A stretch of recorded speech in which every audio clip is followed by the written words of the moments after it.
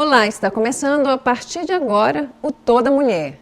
Fazedoras de cultura são mulheres que criam e dão visibilidade às expressões artísticas e culturais que refletem a identidade, as tradições e a história de um povo. Elas, e eles também, atuam nos diversos tipos de linguagem: música, teatro, literatura, artesanato, cinema e dança. São curadoras e produtoras culturais que contribuem com o processo civilizador e a formação da sociedade. Representam grupos e comunidades e muitas vezes são gestoras de bens culturais. É preciso conhecê-las e valorizar esse trabalho.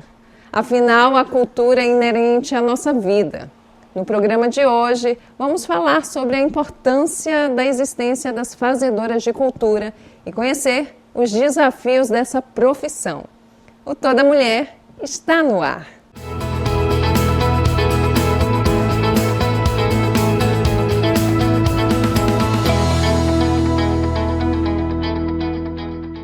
E antes de iniciar a nossa conversa em respeito às pessoas com algum tipo de deficiência visual, vou me autodescrever. Eu sou Márcia Carvalho, estou sentada e neste momento apareço no centro do vídeo. Eu tenho a pele clara, estou loira, estou usando uma blusa preta e uma saia xadrez. A convidada do Toda Mulher de hoje é a Amélia Cunha. Ela é gestora do Museu Histórico e Artístico do Maranhão. É profissional da área de gestão e produção cultural. Seja muito bem-vinda, Amélia, ao Toda Mulher. Prazer é todo meu. E a gente estava falando de fazedoras de cultura, né? Coisa linda, né? Fazedoras de cultura. O que te torna uma fazedora de cultura?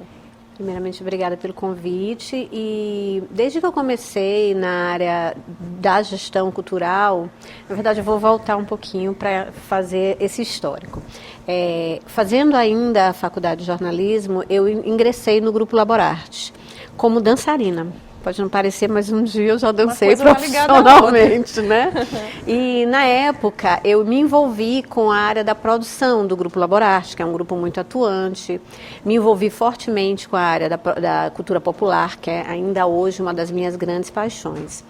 E eu entendi naquele momento, né, um certo momento de transição, que a minha área era a área da gestão na cultura e não da arte, do fazer artístico como uma artista, mas uma pessoa que facilitava com que projetos, ideias de outras pessoas e as minhas próprias ideias e os meus próprios projetos saíssem do papel e se realizassem. A gestão da cultura, eu acho também essa expressão linda, esse nome, fazedor de cultura, é isso, é você tirar a ludicidade do papel, é você tirar, mesmo que as ideias não sejam suas, mas é você compartilhar com alguém ou com um grupo uma ideia, uma ação e que essa ação se torne realidade, fazer com que a cultura aconteça e aconteça de forma muito bem feita e chegue ao máximo de pessoas possível. E a gente está aproveitando que estamos no mês de setembro, mês em que São Luís, essa cidade que é um patrimônio mundial, não é? Comemora 412 anos. E é uma cidade que também é patrimônio pela cultura diversa, pela diversidade. Ser fazedora de cultura em uma cidade que oferece tantos atrativos, é mais fácil ou precisa de um olhar especial para você reconhecer aquilo que de fato é a cultura e precisa ter visibilidade? É um desafio, mas ao mesmo tempo é fácil e é difícil, é sempre essa dualidade, como tudo na vida, né? É fácil porque, como você mesmo disse, a gente está tratando de uma cidade, de um estado extremamente diversificado, onde as pessoas pensam que conhecem. A gente já viu todos os sotaques de Bumba Meu Boi. Gente, se você for em Timon, o sotaque de Bumba Meu Boi não é igual ao que a gente vê aqui. Às vezes são coisas que a gente nem chega a conhecer. E por isso é fácil, porque é muito diversificado, porque as pessoas que atuam na área, os artistas, principalmente os artistas populares, os artistas em geral, mas assim, o meu xodó é a cultura popular, eu tenho que admitir isso, mas os artistas em geral, eles são muito dedicados, são pessoas que lutam muito, e é difícil porque, devido a quantidade de gente, acaba também ficando com, às vezes, bem menos incentivos do que poderia, né? Ou algumas áreas são um pouco menos valorizadas que as outras, né? Às vezes as pessoas tendem a fazer essa classificação de que uma determinada área da cultura é menos erudita ou menos importante que as outras. E o fazedor de cultura, ele tem esses desafios, né? Todo tipo de arte, todo tipo de cultura é extremamente importante e fala sempre a alguém. Pode não falar para mim ou para você, mas ele vai falar para alguém ou para alguma comunidade. Você falou dessa questão desse recorte, né, daquilo que é erudito e aquilo que não é. A cultura popular, ela sempre foi vista à margem, apesar de ter toda essa riqueza e esse brilhantismo que parece que se está vendo agora, se está percebendo Sim. que ela tem esse poder, esse potencial. E isso foi um empecilho. Sim. O fato de ter esse recorte que classificou como só a música erudita é a mais bonita. E aquilo ali é coisa de... Você sente isso que houve... Isso ocasionou um certo atraso? Sim, a gente está falando, por exemplo, no Maranhão. Eu poderia Sim. citar outros estados que também compartilham dessa problemática. Mas falando especificamente aqui no Maranhão, do Bumba Meu Boi. Por quantos anos o Bumba Meu Boi foi proibido de brincar no centro da cidade, né? Visto como cultura marginal, visto como cultura de baderneiros. Inclusive, isso está documentado em jornais, em periódicos da época. Gente, a gente está falando de coisa de 50, 60, 70 anos atrás. Não é nem dizer que foi no século retrasado. Não, outro dia, né? E esse reconhecimento, essa capacidade agora que as pessoas têm de entender a cultura popular, principalmente, eu acho que a cultura popular principalmente, como esse reconhecimento, por exemplo, do Bumba Meu Boi como patrimônio, do tambor de crioula como patrimônio, das nossas manifestações imateriais, né, da nossa riqueza imaterial, ela ser reconhecida como patrimônio do Estado, isso é importantíssimo, porque primeiro valoriza, segundo faz com que se perpetue, a gente não cai no grande risco de que manifestações importantes desapareçam. A gente não perde a memória de mestres importantes que, obviamente, com o tempo acabam falecendo, mas você deixa o legado dessas pessoas. E esse reconhecimento, essa valorização da cultura como um todo, mas em especial da cultura popular, da cultura das nossas comunidades, ela é muito importante para manter a riqueza nossa, né, que é o patrimônio. O patrimônio do maranhense, ele é um patrimônio edificado, são os nossos casarões, é o nosso patrimônio material com as nossas praias, os lençóis maranhenses, mas é muito a memória, o patrimônio material que a gente detém através desses mestres, dessas pessoas que vêm ao longo dos séculos, fazendo com que a gente seja um povo coeso na nossa identidade cultural. Você sabe quando é que teve essa virada de chave, esse olhar mais cuidadoso para a cultura popular? Porque a gente sabe que a cultura popular, ela resiste, né? Mas em algum momento teve uma virada de chave que fez com que o mercado, vamos investir aqui, porque é aqui que está a nossa riqueza. Eu vou falar no geral no Brasil, assim, Sim. né? A gente... no Brasil como um todo, eu acredito que isso aí é uma coisa que eu sou produtora já há algumas décadas, e eu tenho acompanhado a produção cultural do Brasil como um todo, porque eu não morei só em São Luís, eu trabalhei também em outros estados. Eu acho que a gestão do Gilberto Gil, a gente tem que dar esse mérito ao Gil como ministro. Isso é uma coisa que é real. Com as políticas que ele lançou na época em que ele foi ministro, ele valorizou muito, por exemplo, os pontos de cultura e os pontos de memória em comunidades menores. Interiorizou e trouxe para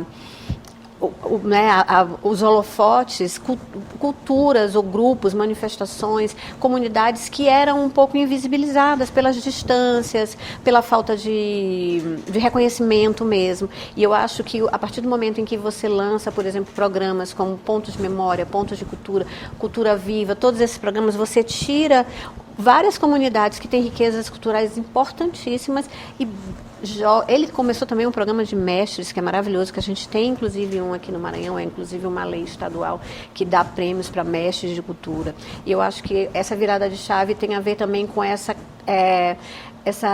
gestão pública que valoriza. Exato. E aí você está falando também de incentivo, não é?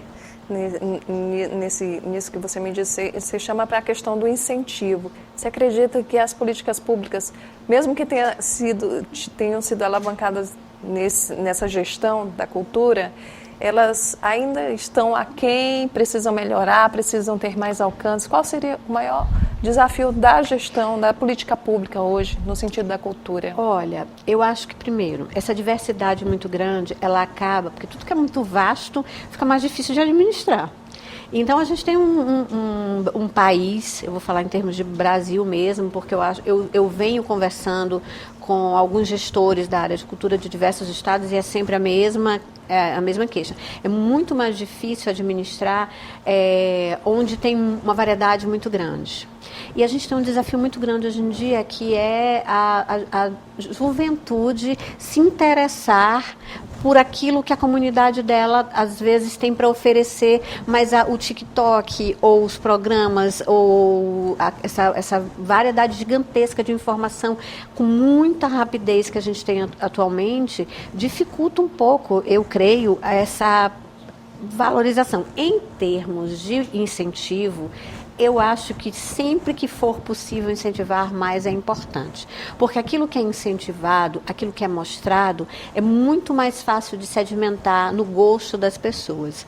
Então, todo incentivo é importante. Mesmo que existam incentivos agora, através de leis, e essas leis estaduais, as leis municipais, os editais de cultura, os fomentos através de edital federal ou estadual ou municipal, eles são importantes. Mas é sempre bom a gente ter um apoiozinho a mais. Porque o que se tem hoje em dia de informação espalhada, e de diversidade, de gostos e de ofertas, é um pouco sedutor. É preciso canalizar. E aí a gente vem para um outro ponto que, de certa forma, eu verifico é importante, que é a capacitação da pessoa que é da mulher ou do homem, de quem trabalha com a cultura.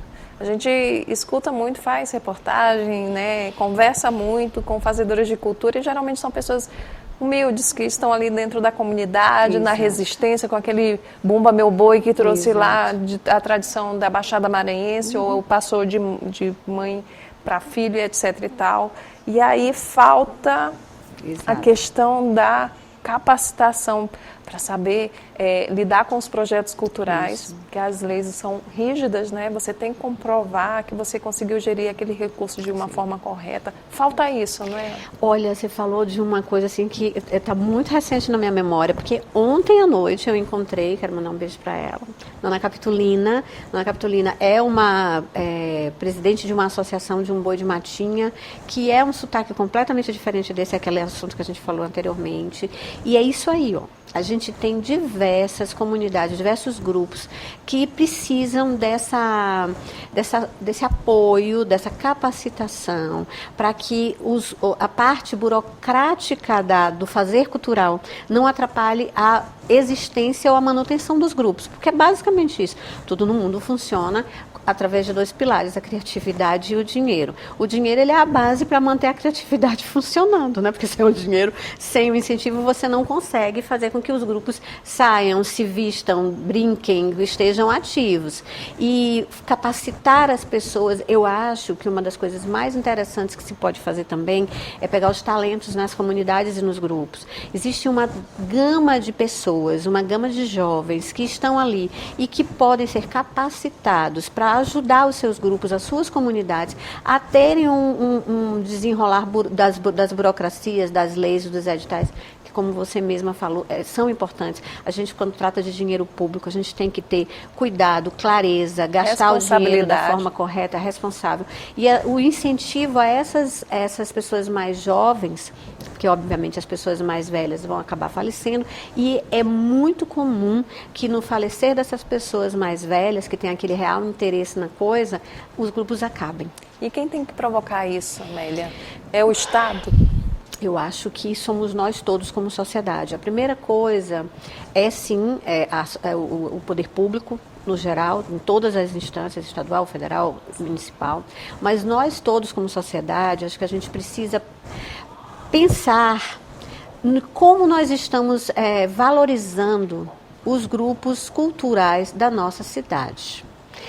Que tipo de grupo a gente valoriza? Que tipo de manifestação é o da minha cidade? É aquele grupo que parece, no meu ponto de vista, um pouco mais simples do que aquele que eu vi na capital, digamos assim?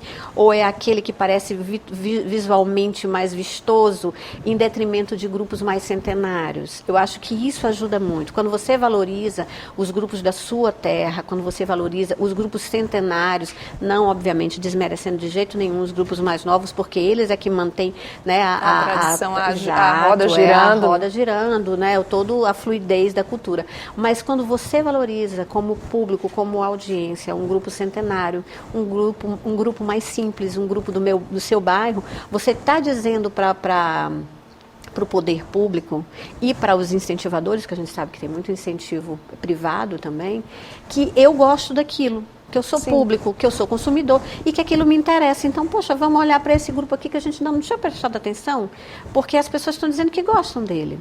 Eu acho que isso é importante, acho que isso é uma responsabilidade de todos nós como sociedade. E tem outro ponto que a gente vai falar depois do intervalo, que é a questão ainda insistindo na capacitação, mas conhecer o nosso próprio patrimônio, a nossa história, para poder valorizar, né, e manter essa roda girando, como a gente acabou de falar. A gente vai para um rápido intervalo. Na volta, continuamos a conversa com a fazedora de cultura e gestora do Museu Histórico e Artístico do Maranhão, Amélia Cunha.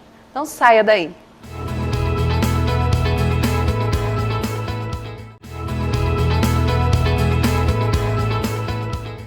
Estamos de volta pela TV Assembleia e redes sociais com Toda Mulher. Hoje o papo é com a Amélia Cunha. Ela coordena a rede de museus do Estado e é gestora do Museu Histórico e Artístico do Maranhão. Como a gente estava falando sobre educação, conhecimento, história, é importante conhecer essa nossa história, né? Nos museus estão a memória do nosso povo, né? E conhecer essa história é um combustível também para os fazedores de cultura. Como é que é essa relação? Os museus, principalmente no Estado, com essa diversidade de temas nos museus, eles são material riquíssimo para o autoconhecimento cultural do Estado, né? O que você tem no Museu do Reggae fala a dezenas de milhares de pessoas, fala para o Estado inteiro a respeito da chegada do reggae aqui. O que você tem no Museu de História e Arqueologia, Natural e Arqueologia, fala dos nossos povos originários, né, de toda a questão da paleontologia, da arqueologia no Estado. Então, o que você tem, por exemplo, na Casa do Maranhão, que o material deles é riquíssimo de instrumentos musicais, histórias de mestres. Os museus, eles transportam a pessoa para aquele universo. E, obviamente, dão, né, essa base, né, esse alicerce necessário para as pessoas conhecerem a sua própria história, a sua identidade, né? E eu acho assim que quando você fala de museus, você também tem que falar dos pontos de memória, dos pontos de cultura, e os pontos de memória, eles estão, a maioria deles, em locais como terreiros de mina, casas de umbanda e terreiros de Bumba Meu Boi, locais de ensaio de grupos de Bumba Meu Boi. A gente pode citar vários, a gente pode citar em Pindaré, Santo Inês, na verdade, fica lá no ponto de memória do Abaçaê, que é um terreiro de mina. Tem a Nadir com o ponto de cultura com o Boi da Floresta. E essa ida aos museus, bem como aos pontos de memória, é esse mergulho mesmo na cultura. É imersão total, né? E eu toquei no museu porque a Amélia, ela faz a gestão, ela cuida dessa rede de museus aqui no estado. E um fato interessante que ela me falou é que tem muitas mulheres, não é? À frente desses museus, cuidando dessa memória do estado.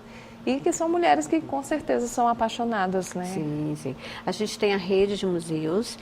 A rede de museus, ela não abrange só os museus aqui em São Luís, nem só os museus do Estado, no sentido do governo do Estado. Ela abrange museus de diversas instâncias, inclusive museus privados. E tem muita mulher envolvida, né, na parte educativa dos museus e também na gestão. A gente tem muitas gestoras mulheres na frente das casas, a gente tem muitas mediadoras, né, que são aquelas pessoas que facilitam o passeio, o mergulho, a imersão nos museus, e a gente tem uma dezena de mulheres envolvidas no fazer da casa, né? Por exemplo, citando o Museu Histórico, que é o museu que eu estou à frente.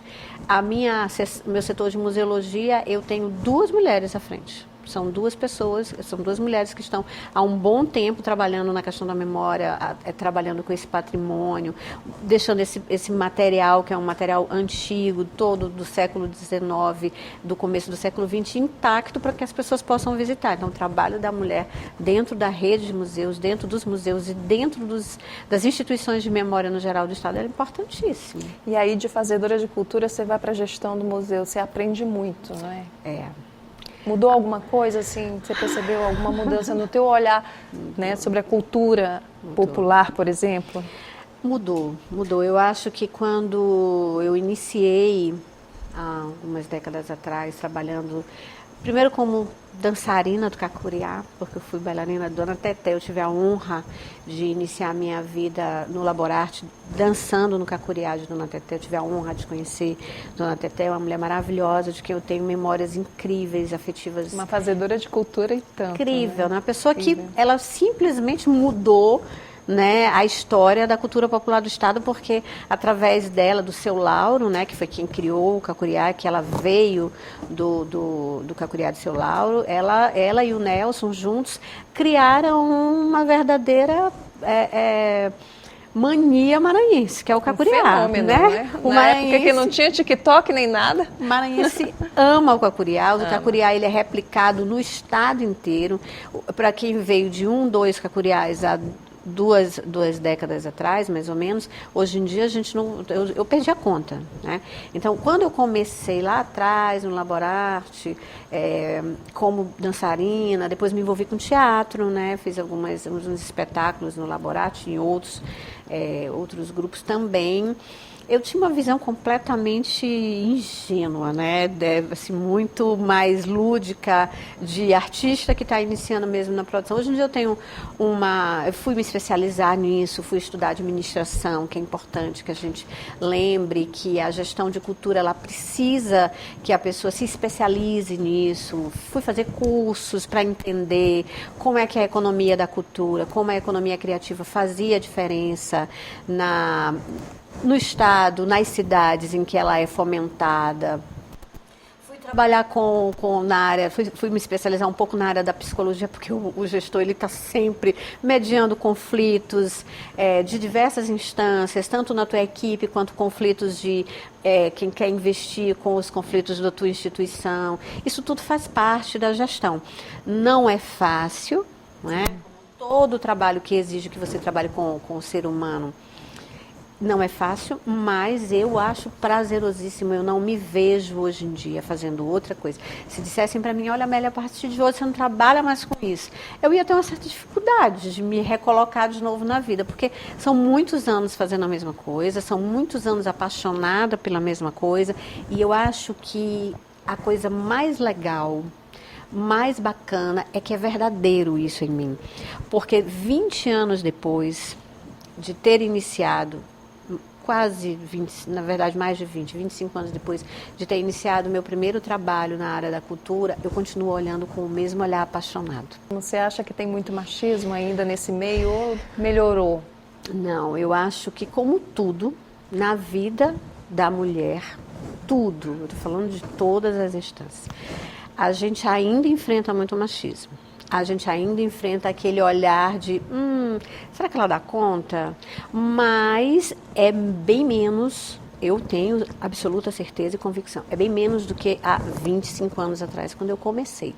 Há 25 anos atrás, quando eu comecei fazendo show, porque eu já trabalhei com muito show, pode pensar em qualquer artista que você citar, provavelmente eu já trabalhei na produção. Graças a Deus tive a oportunidade de trabalhar na execução de muitos shows. E eu tinha muito mais dificuldade de lidar com equipes majoritariamente de homens. A partir da técnica, principalmente, né, do pessoal das montagens, normalmente tem bem mais homens. e tinha bem menos mulher. Hoje em dia a gente vê já iluminadoras mulheres, gente que trabalha na parte de técnico de som, e as pessoas, elas estão aprendendo, se socializando, homens e mulheres. Eu acho que tem ainda um grande caminho pela frente, mas eu sinto que a gente, principalmente isso é uma conquista nossa, porque a gente aprendeu também a se valorizar e se fazer respeitar. Fazedoras de cultura que também fazem a cidadania, né? Sim. Porque o exemplo de uma, a resistência, a persistência, não é? O falar, o compartilhar a informação também ajuda outras mulheres a trilhar esse caminho, não é? Porque se sentem mais acolhidas. E você, né, uma fazedora de cultura, o que você diria para mulheres que estão nesse caminho também, Amélia? A primeira coisa é conheça aquilo que você vai trabalhar. Não dá para você trabalhar com produção cultural em nenhum lugar do mundo, mas principalmente num estado como o Maranhão, com essa riqueza cultural. Não dá para você trabalhar com cultura sem você ter ido no ensaio de Bumba Meu Boi, numa casa de um fazedor de cultura, na casa, sem que você conheça a inspiração de um bailarino. Por que o bailarino fez aquilo? Você tem que mergulhar nesse universo, né? Segundo, você tem que se especializar, porque os desafios são muitos, né? A gente precisa conhecer de tudo um pouco, de toda a parte técnica, de toda a parte burocrática, de toda a parte contábil. É bom que você entenda um pouco disso para que você não se perca num universo gigantesco que é o universo da produção. Porque as pessoas pensam que é só aquele glamour, né? Sentada no palco, no backstage, olhando. A produção é difícil, gente. Exatamente. Vocês aqui da TV sabem bem disso. O trabalho que dá. Você montar um evento, você montar um programa, você montar algo que tem que ter planejamento. Eu acho que planejamento é uma palavra-chave. Olha, planejamento. Eu me lembro que quando eu comecei, eu tinha esse hábito terrível de não planejar tanto, e eu me perdi algumas vezes, em alguns momentos que eu dizia, por que eu não planejei melhor isso aqui? É um aprendizado, né? Exato, um aprendizado constante. E eu me sinto ainda, você já se sente completamente estável naquilo que você faz tudo perfeito? Não. Até hoje eu ainda olho para o que eu faço e digo, eu podia ter feito sair um pouquinho melhor. Eu podia ter esse projeto, essa exposição, esse evento, ele podia ter sido um pouquinho... Olha, por que eu não pensei nisso antes? Mas isso aqui é o legal, né? Eu não pensei nisso hoje, mas eu vou usar para um próximo. Está sempre te instigando a continuar. E isso eu acho muito bacana. E é muito importante para que todas as mulheres percebam que essa vontade, a cobrançazinha às vezes faz bem. O que não faz bem é uma cobrança exagerada que te coloca para baixo, te faz querer desistir. E agora a gente voltando a falar do museu, quero saber como é que está essa programação, o público que tem interesse de conhecer a história de São Luís nesse mês maravilhoso que se comemora os 412 anos. Como é que está a programação dos museus? Olha, a gente está sempre com uma programação muito intensa nos museus, os museus de São Luís, especialmente falando agora desse aniversário de 412 anos, da cidade, para mim, a mais linda do mundo, que é São Luís. Todos os museus vão estar abertos nesse período, principalmente no período do feriado, até para homenagear a cidade, se não todos, mas a maioria, aqueles que não estiverem passando por nenhuma reforma. Eu vou dar um spoiler do Museu Histórico Artístico, que eu acho que é importante. A gente vai ter agora em setembro 2 coisas bem legais. Uma, que é o aniversário da cidade, a gente vai mostrar um acervo dos 400 anos. O aniversário de 400 anos, há 12 anos atrás, a gente vai pegar o acervo que está guardado, né? Isso inclui porcelanas que foram feitas em homenagem à cidade, isso inclui roupas, guaranás que são temáticos aqui do estado, uma diversidade enorme de acervo que foi feito por 400 anos, a gente vai tirar do acervo e vai mostrar. E a outra, que é a Primavera dos Museus, que é um evento nacional, todo o Brasil faz, e aqui esse ano o nosso tema é inclusão, né? Inclusão para pessoas com deficiência, pessoas LGBTQI, AP+, espero ter falado todas as letras, né? É importante. E a gente vai fazer uma programação interessante do dia 24 ao dia 27, se não me falha a memória, na área com exposição tátil para pessoas cegas, com libras, né, para pessoas surdas, e todos os museus vão fazer a sua programação. Eu estou falando especificamente do MAN, que é o que eu verdadeiramente tenho na minha cabeça agora, mas eu sei que todos vão fazer. É só entrar nas redes sociais das casas de cultura, dos museus do estado, que vocês vão ver uma programação bem interessante para o aniversário de 412 anos da cidade. A gente não pode perder, estamos na nossa cidade comemorando o aniversário da nossa cidade, da nossa terra. E aí, para fazer cultura, a gente tem que amar também, né? E a gente faz cultura todo dia, não é?